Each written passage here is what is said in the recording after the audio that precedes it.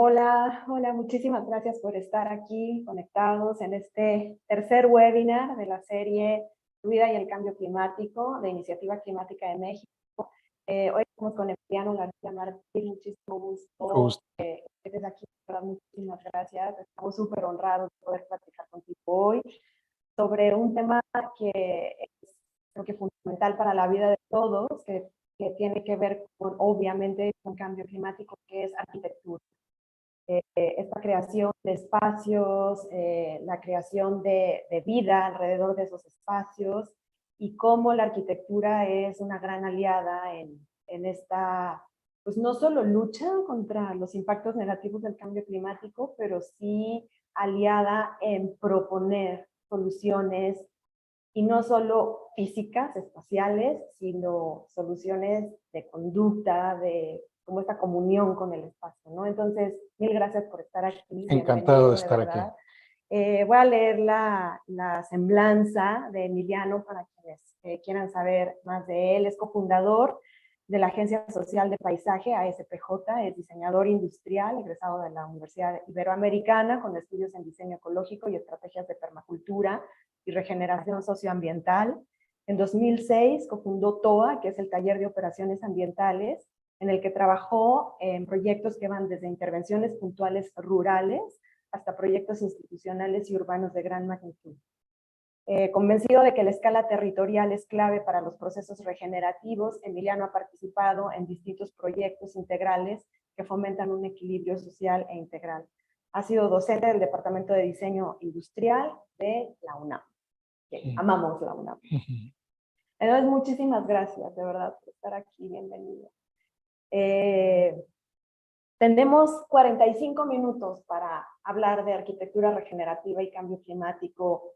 Está de moda, ¿no? Hablar de territorios. Y todo el mundo dice la vida en los territorios, los proyectos en los territorios, la política pública implementada en los territorios, pero al final no estoy segura que todos comprendemos la magnitud del espacio territorial, lo que eso significa, las implicaciones que ello tiene, quién vive ahí, cómo se generan estos espacios arquitectónicos, que al final es dar vida a un espacio en un territorio, y el cambio climático, ¿no? Entonces, hablamos de los impactos negativos en los territorios y cómo se altera la dinámica, pero al final, no sé, ¿cuánto realmente comprendemos cuando estamos hablando de la vida que ocurre alrededor de ese espacio natural relacionado con la intervención de la arquitectura ahí? Entonces, ¿qué es para ti un territorio? ¿Qué es para ti ese espacio en el que puedes crear? Pues justo me hiciste pensar como en el concepto de cuenca y el concepto de cuenca hidrológica y microcuenca. Y ayuda mucho porque territorialmente, en vez de tener una división política del planeta, en realidad todo tiene que ver como dónde cae el agua, cómo se va a mover en ese territorio y cuál va a ser esa dinámica, ¿no? Y a mí me gusta mucho platicar la historia de cómo la geología define la hidrología, o sea, como las montañas definen por dónde corre el agua, y el agua define qué tipo de vegetación hay, y la vegetación define qué tipo de biomasa hay, y eso está ligado bioculturalmente con una comunidad, con una cultura, con una región. Entonces, como que si jalas el hilito, puedes ir al origen del mineral de ese territorio y de esa geografía, ¿no? Entonces, algo que me gusta de justo lo que tú dices es que si empezamos a pensar como territorialmente en una estructura más bien de cuencas y microcuencas, entonces podríamos tener como una relación territorial mucho más entendible, ¿no? Porque, por ejemplo, la cuenca del Valle de México es una cuenca endorreica que contiene el agua, pero es como Humboldt, el primero que realmente camina todo el perímetro de la cuenca y dice, de aquí para acá cae hacia el Valle de México y de aquí para allá va a otro sistema hídrico que va al Pacífico, ¿no? Entonces, yo siento que hay un cambio de pensamiento y de estructura de pensamiento cuando hablamos de contexto, que es algo que comentábamos hace un momento.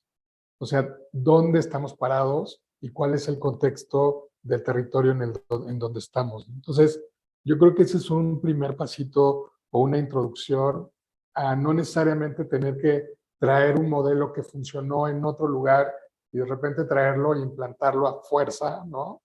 Y eso de repente como que en su dinámica es como muy cacofónico, porque nunca entendiste por qué fue así y por qué su estructura es así, y hay como poca adaptabilidad en esa estrategia, ¿no? Entonces creo que hablando del territorio, siento que es una buena introducción hablar de la estructura de las cuencas como una guía de diseño, ¿no?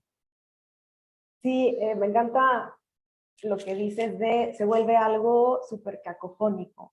Y de repente mi imagen fueron dos imágenes, ¿no? O sea, te imaginas la Ciudad de México y a la gente que vive aquí, como toda esta dinámica, si hiciera zoom out y ves lo que ocurre y entonces de pronto en estas zonas hay sequía, en estas zonas hay pobreza, en estas zonas quedaron árboles, o sea, todo es así y esta cacofonía que te hace ir caminando por la ciudad así, ¿no? Como no entendiendo y un poco tapándote los oídos de una sobreestimulación en la que, claro, el crecimiento, cuestiones económicas, sociales, en fin, el tema podría ser infinito, pero como un sinfín de circunstancias y de elementos llevan a tener como esta justo cacofonía en una ciudad que es increíble cómo narras el principio del recorrido de la cuenca, que al final es la cuenca del Valle de México, y cómo es posible que Creo que hoy la verdad es que sí, estamos la mayoría de los habitantes de esta ciudad totalmente desconectados de este vínculo con la cuenca. Es más, muchos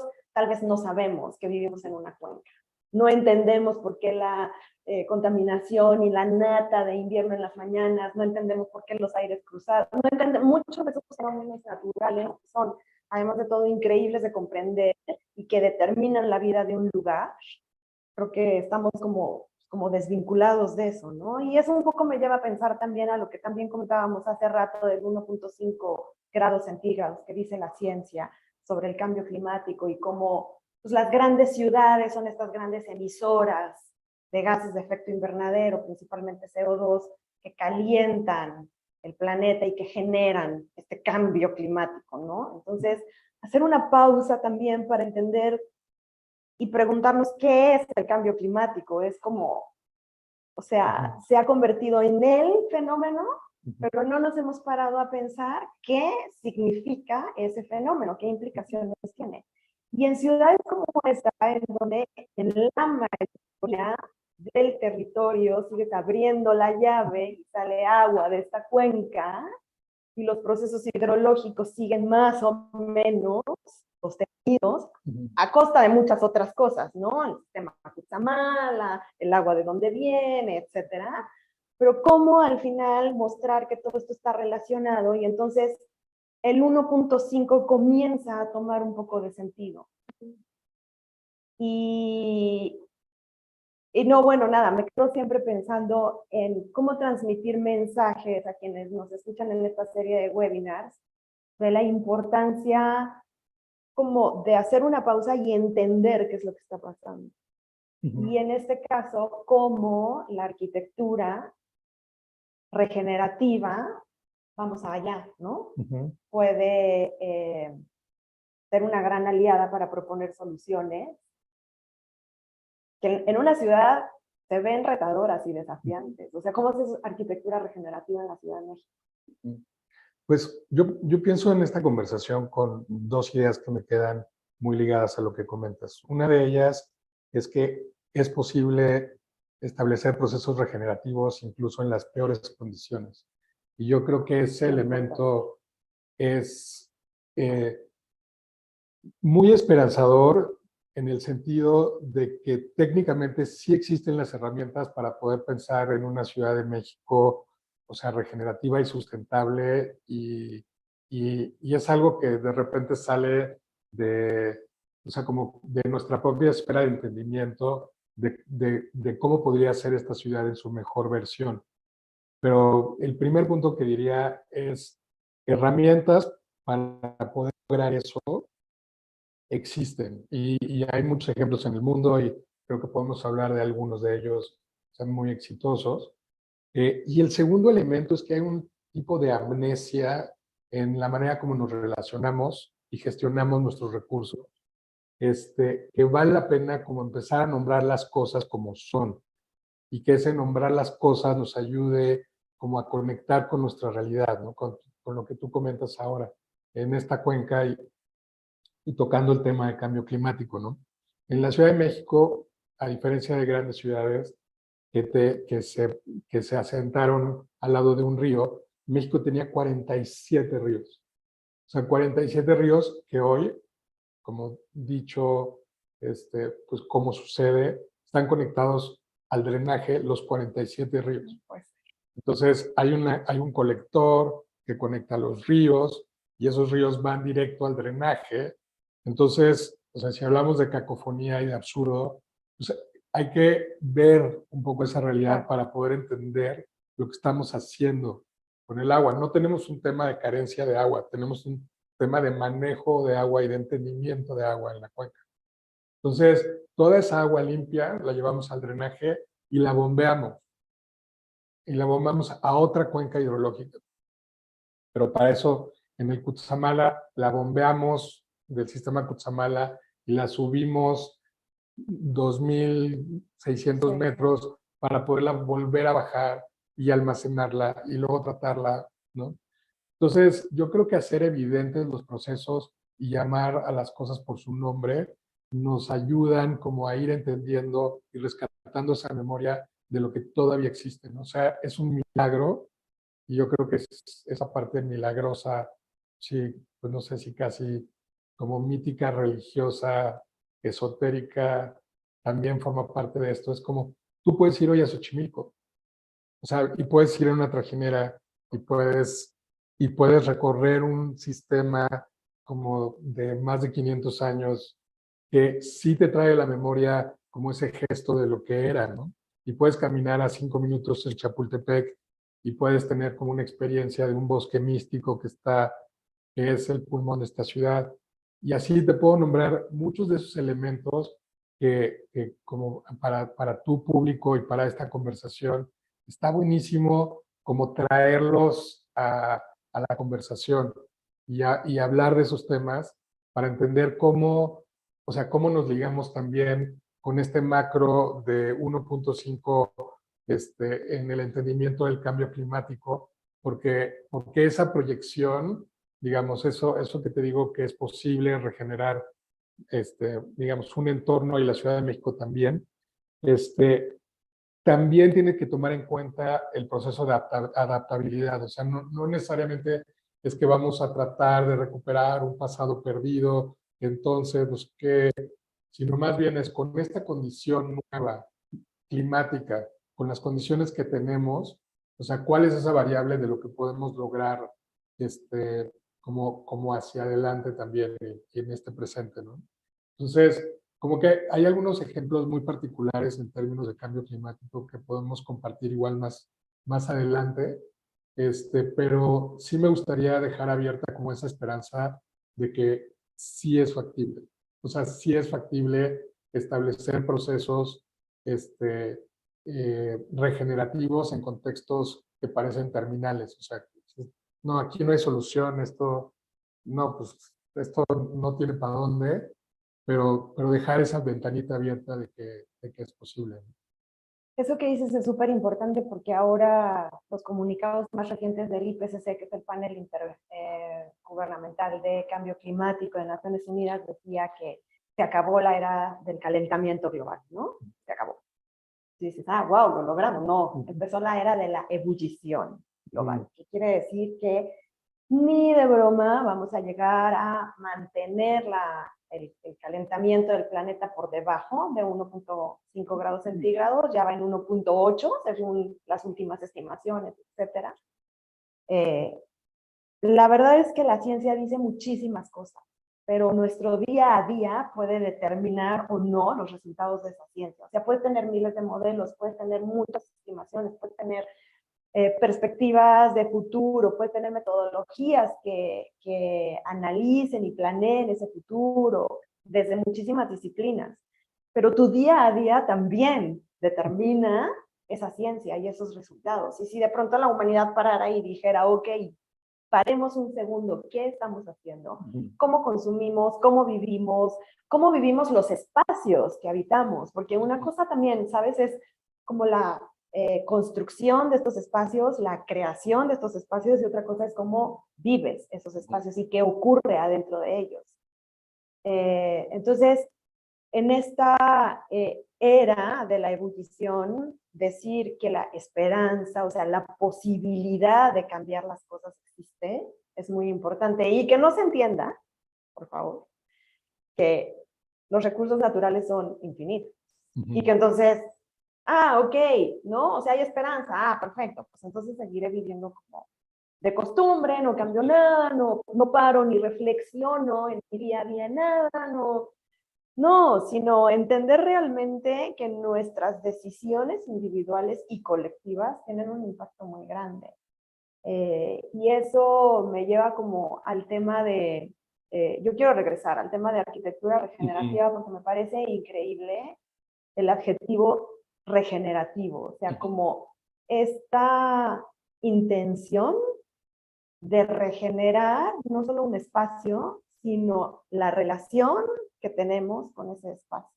Y entonces, como cuando, no sé, abres la regadera, también tienes una nueva visión de esa agua. Acabas de decir cómo funciona a grandes rasgos el sistema Cuchamala. Y sí, es absurdo. Subimos el agua a 2.600 metros para bajarla otra vez y tratarla. Y estás hablando de más de 30 ríos conectados al drenaje. Es como, ¿qué hicimos? O sea, ¿qué pasó? A ver, no es... ¿Cómo llegamos ahí? ¿No? Paremos, no podemos poner rewind y volver a pasar la película bien hecha, ¿no?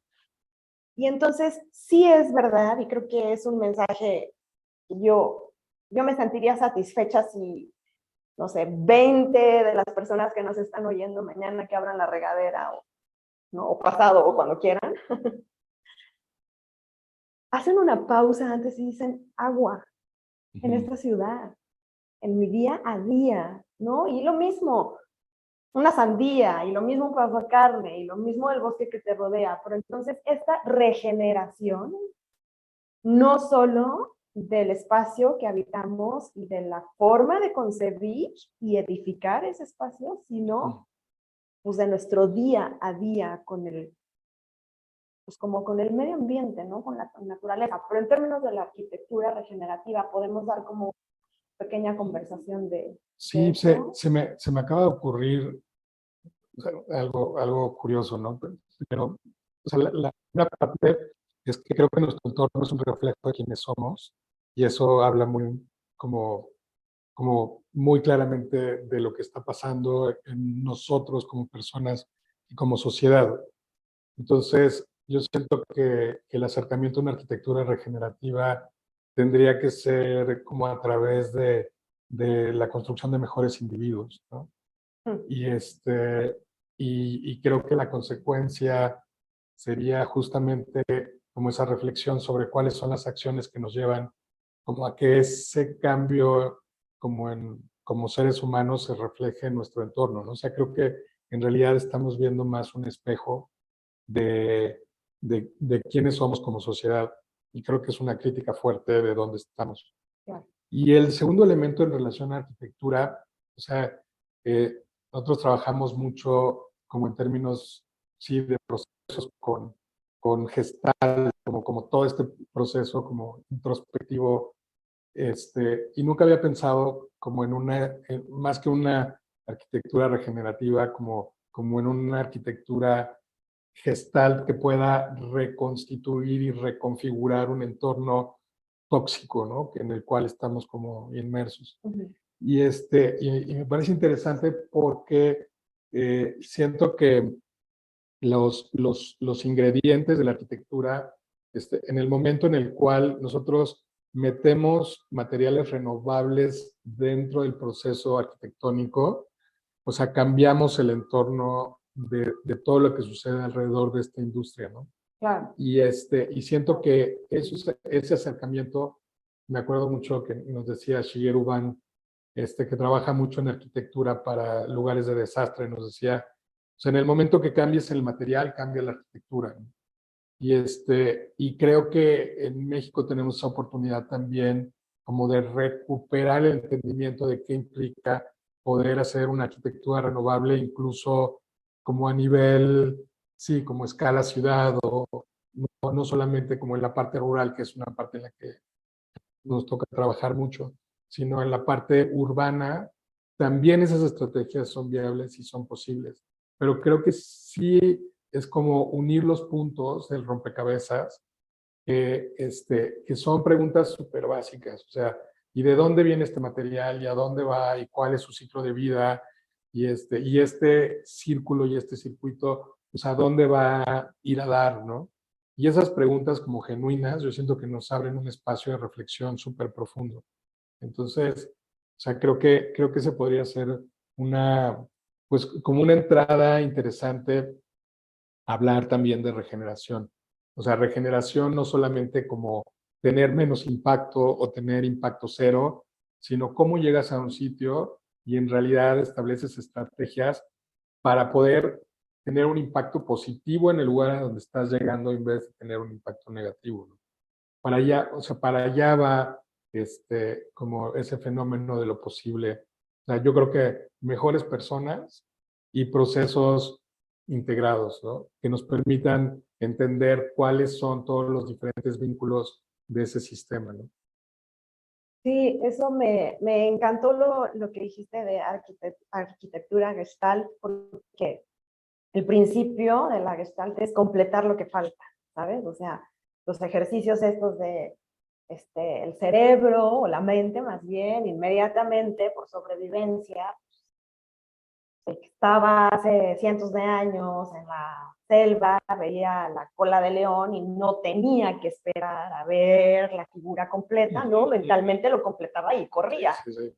Punto. O sea, no necesitas tener la figura completa y eso me gusta muchísimo aquí porque tiene que ver con, creo, la parte que falta un poco en nuestro día a día para comprender este rompecabezas de cambio climático, de 1.5, de lo que dice la ciencia, de lo que dice la política pública, de lo que dice tu día a día, de lo que dice la arquitectura, las 10.000 disciplinas, tiene que ver con que a lo mejor lo que falta es pausar un segundo y reflexionar sobre esta cadena de vida que dices, en este caso, sobre los materiales.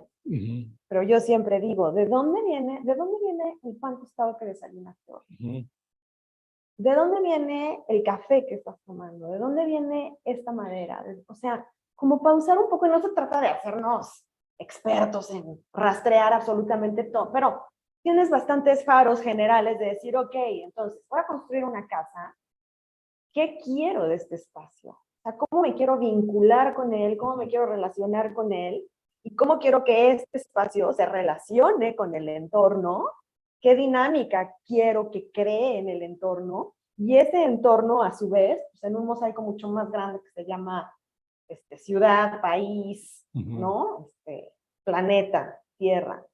Entonces, esto de la trazabilidad, que también ahora todo el mundo dice, ¿no? Productos 100% trazables. ¿Qué es eso? O sea, como que hemos caído en esta vorágine del 1.5 y el planeta está derritiendo y yo no sé si has visto, pero muchísima gente, o sea, yo creo que los viajes de turismo a los polos, ambos, se han incrementado no sé cuánto. O sea, la gente quiere ir a ver y decir, ay, antes de que se derrita esto, lo quiero conocer. No, frena. Antes de que se derrita esto, reflexiona sobre cómo vives, ¿no? Una pausa.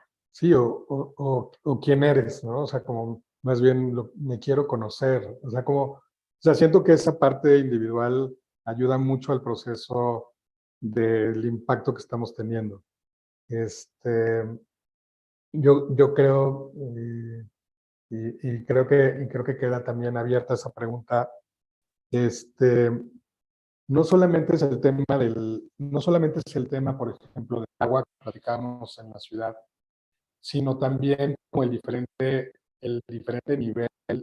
Y aquí me gustaría platicarte como una pequeña historia que redondea que redondea un poco toda nuestra conversación, ¿no?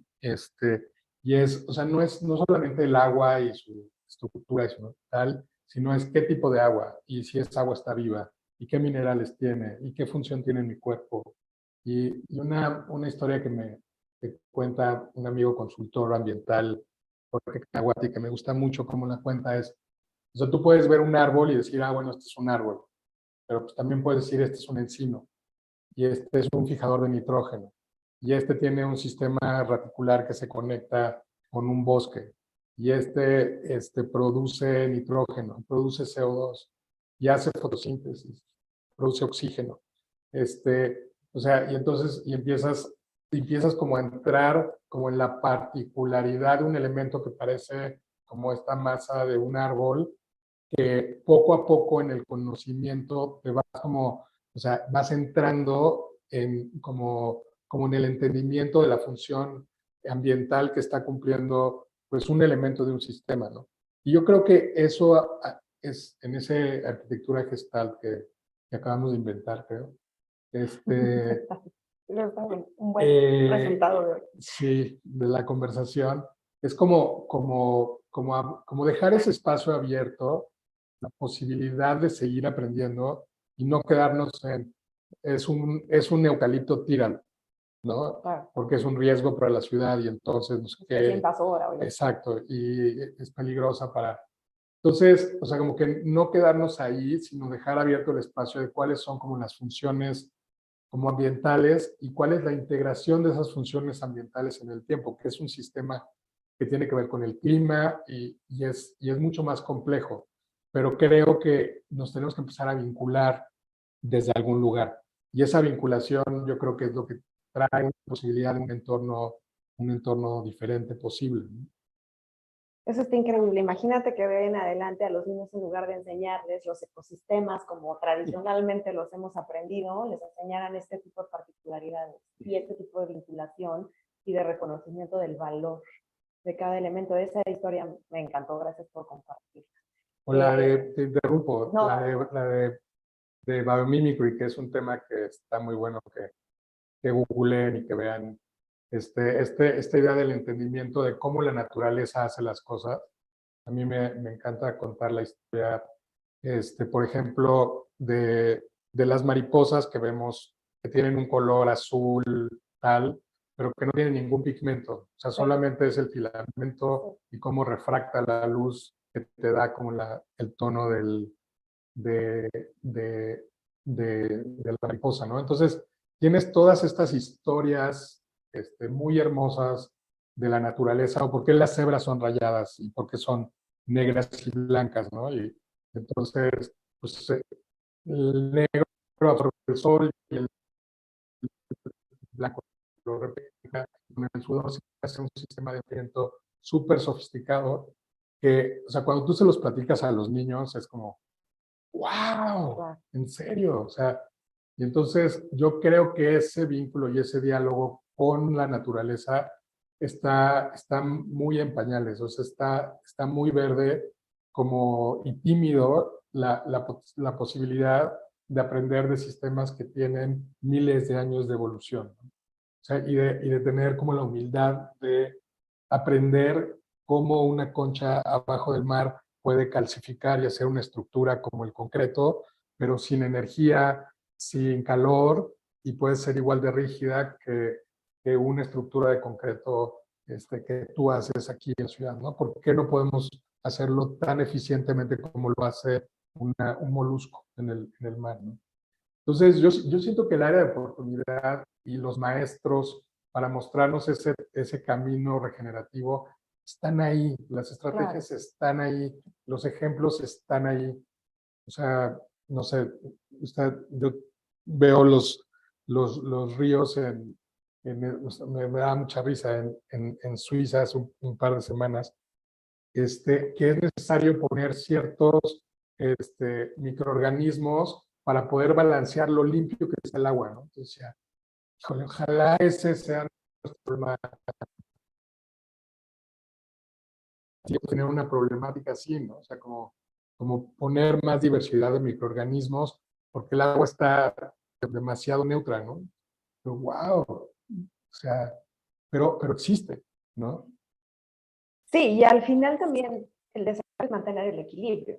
Ajá. Porque no quieres ese nivel de limpieza, que tengas que intervenir y otra vez Ajá. volvemos a la misma historia, Exacto. o este nivel de suciedad que tengas que intervenir y seguimos en la misma historia. O sea, este equilibrio de verdad de asombro, me recordó el ejemplo de las mariposas a las colas de Quetzal, ¿no? Que es la Sí. misma historia. Y entonces, eso, el penacho de Moctezuma era de un dios porque se movía y los colores cambiaban y es una cosa de refracción de luz y de estas cosas maravillosas de la naturaleza. Son 10:36, creo que podríamos seguir hablando hasta las 12:36, pero prometimos que vamos a hacer webinars cortitos para que a la gente no se le haga pesado y que sigan aquí conectados. Y terminemos en unos 10, 12 minutos. Yo solamente quisiera, para quienes nos escuchan, el marco en el que se inserta esta serie de conversatorios. Quiero comentar muy brevemente que la Política de México es una organización de la sociedad civil cuyo espíritu es generar insumos, sobre todo basados en ciencia, para fortalecer la construcción de políticas públicas climáticas y la toma de decisiones alrededor de la política pública, ¿no? El año pasado hizo un esfuerzo grande para hacer la contribución determinada a nivel nacional, la NDC, desde la sociedad civil. En el marco del Acuerdo de París, los países firmantes están obligados a presentar sus compromisos de mitigación y de adaptación y actualizarlos cada 5 años. Y México tuvo un impasse hace un par de años, no lo presentó. Iniciativa Climática en México se dio la tarea de hacer esta contribución determinada a nivel nacional en la que se definen los porcentajes de mitigación para el país, para 6 sectores que son petróleo y gas, electricidad y eficiencia energética, residuos, transporte, AFOLU, que es cambio de uso de suelo, todo lo que tiene que ver con la agricultura, etcétera, e industria. Y esta NDC de sociedad civil tiene 88 medidas de mitigación. Lo interesante de vincular esta serie de conversatorios de el cambio climático y tu vida cotidiana es un poco responder a la pregunta de ¿y a mí qué la NDC? ¿Y a mí qué este esfuerzo de ICM? ¿A mí qué me importa? O sea, ¿en qué impacta mi vida cotidiana el cambio climático? ¿Y en qué impacta en mi vida cotidiana un esfuerzo, pues que quien tenga la paciencia y el interés de leer la NDC se va a sorprender del esfuerzo titánico, de verdad, del micro detalle que hay en cada una de las medidas, con unas estimaciones pues perfectas? ¿Y eso qué tiene que ver conmigo? Entonces siempre pongo el ejemplo de la Constitución, ¿no? O sea, estoy segura que nadie en esta sala ni allá afuera ha leído de pe a pa la Constitución. Creo, no equivocado. Pero cualquiera, si alguien dice mañana se cambia la Constitución, todo el mundo dice, no, ¿qué onda? ¿Qué pasó aquí? No, espérate, no, creo que no, es lo que no, esta seguridad. Es lo mismo la NDC de un país. Es como planeación en torno a emitir lo menos posible y a generar las mayores capacidades de adaptación y de resiliencia y todas estas palabras de moda, pero que nunca van a ocurrir si no entendemos cuál es el vínculo que existe con esta regeneración, estas nuevas relaciones que establecemos con los elementos. Entonces, es difícil establecer este vínculo, pero pues, la verdad es que a mí me gustan los desafíos grandes y dije, voy a hacer que la NDC esté en el día a día de la gente, entendiendo cómo las metas de mitigación de un país sí te impactan y sí tienen que ver con lo que consumes, con cómo vives, con dónde vives, con cómo construyes. Y en temas cotidianos como arquitectura, o hemos hecho el de café, o el de cultura también, con Trino, etc. Entonces, ese es el marco de estos conversatorios y es importante ponerlo en la mesa para resaltar la intención de vincular algo que parece súper lejano en nuestro día a día, que es la construcción de políticas públicas, en este caso climáticas, con nuestra vida cotidiana. Y justo tiene que ver con estos vínculos que hemos perdido.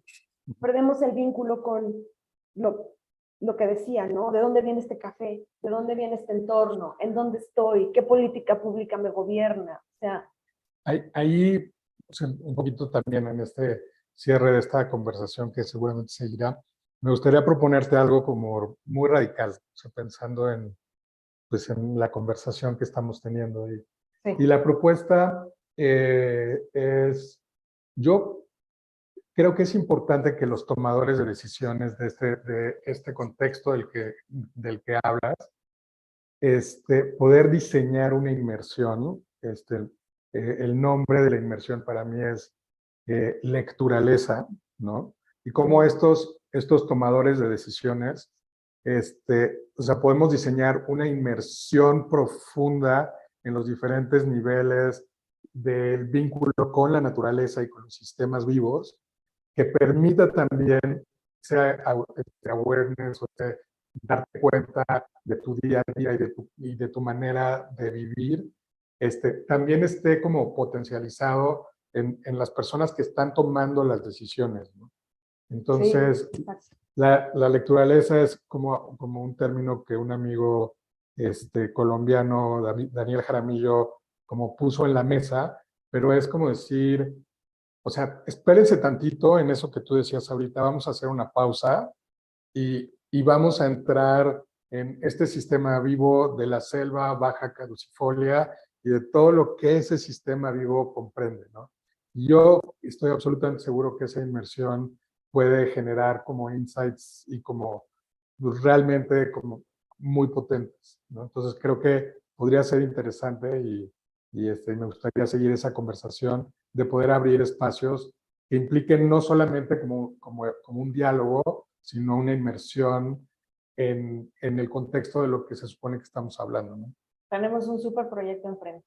Buenísimo. Tengo varios en la mente a quienes me imagino subiendo, caminando a paso firme 7 horas. No va a ser cómodo, no va a ser cómodo, no va a ser o sea, no, claro. walk in the park. Pero no, pero, o sea, vas por una vereda, ¿no? 7 horas al bosque mesófilo, más maravilloso que hay, sales y tapires, y no puede ser que sea en México, sí. No puede ser que me desvincule en esta cacofonía de la ciudad, en este absurdo del día a día, ¿no? Oye, hay algunas cosas que te las comparto y a ver, demos una respuesta general. Edgar Salgado, de La Jornada, ¿cuáles serían algunos ejemplos aplicados de arquitectura regenerativa? Ricardo Vázquez, de Real Estate, dice que una tendencia que sigue en boga en la arquitectura es la verticalidad, perdón. En ese sentido, ¿cómo se pueden aplicar los criterios de regeneración y sobre todo cómo se puede aplicar en muchas de las construcciones que ya existen en las grandes urbes como la Ciudad de México, estas ventanas de posibilidad, ¿sabes?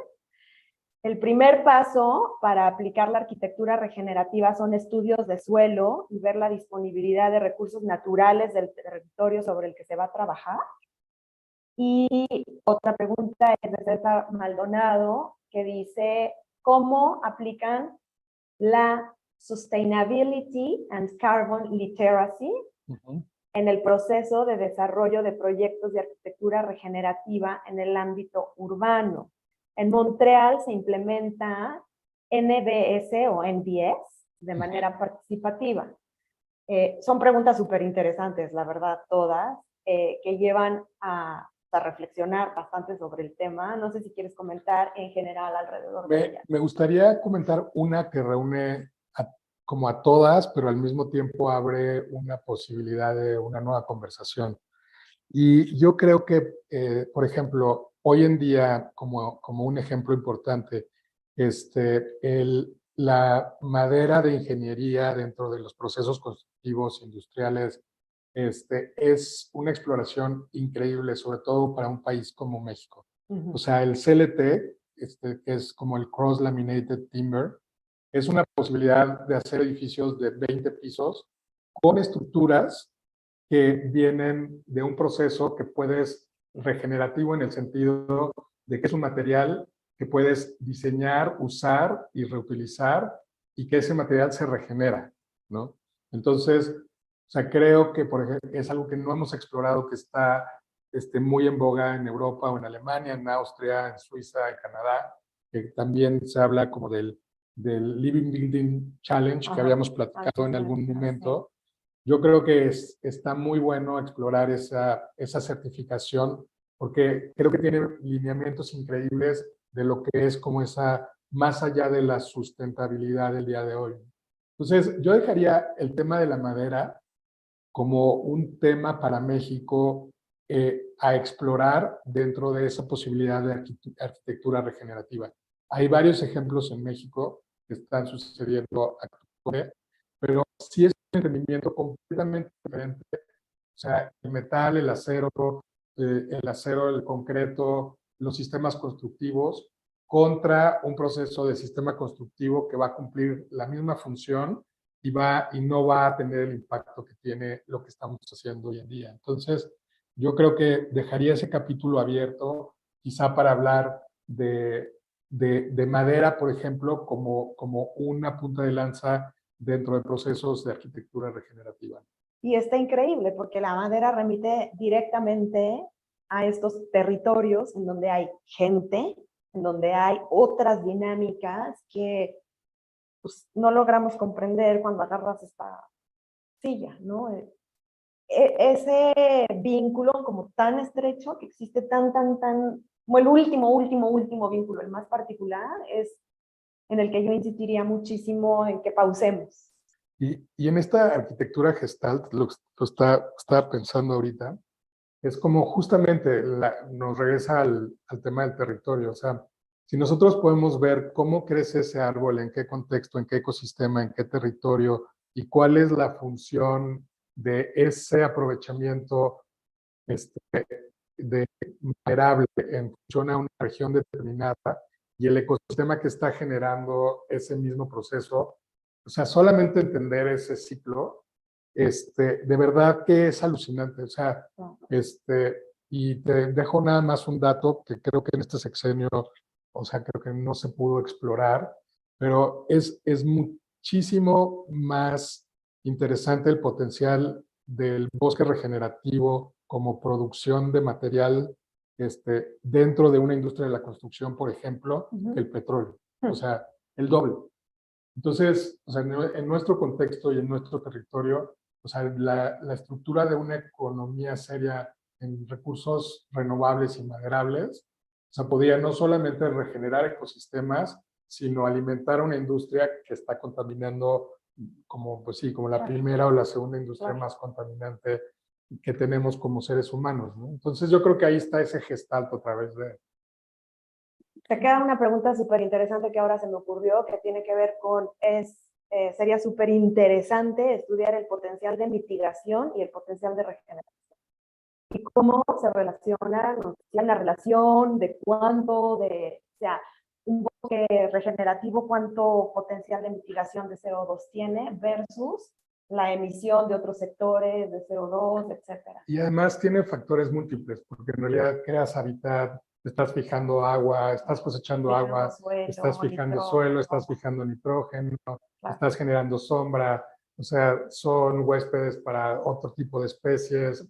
Entonces, o sea, en realidad cuando empiezas a sumar esos elementos, o sea, la ecuación empieza a moverse de una manera muy extraña, ¿no? Entonces vale la pena explorar ese gestalt en conjunto para entender en realidad qué es lo que implica que la decisión de hacer este edificio sea un edificio con materiales renovables o no.